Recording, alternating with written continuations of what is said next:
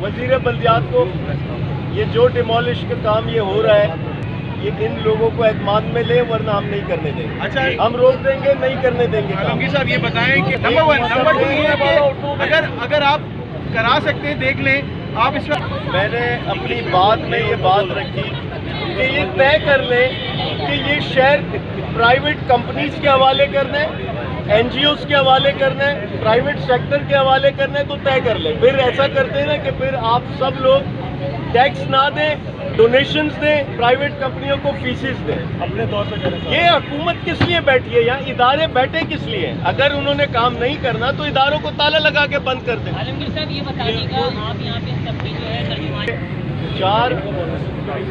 चार अपार्टमेंट्स ऐसे हैं कि जो बुरी तरीके से कम्प्लीटली कोलैप्स कर गए और उसमें नीचे शॉप भी है। साथ ही बैंक आपके सामने जो कोलैप्स कर गया। दूसरा कोई 10 से 15 के करीब अपार्टमेंट्स ऐसे हैं जो मुतासिर हुए हैं, डैमेज हुए हैं, क्रैक्स आ गए और ख़तरनाक है। वहाँ वो अब रिहाइश के काबिल नहीं है और इसमें जितनी फैमिलीज थी वो अब वहाँ से सब जो है वो अपना मुतबादिल तलाश कर रहे हैं। कोई नीचे कहना नहीं चाहिए, बहरहाल वो वहाँ से माइग्रेट कर गए, दूसरी जगह चले गए। और ये रिहायशी है, ये आपको ज़्यादा बेहतर बता सकते हैं।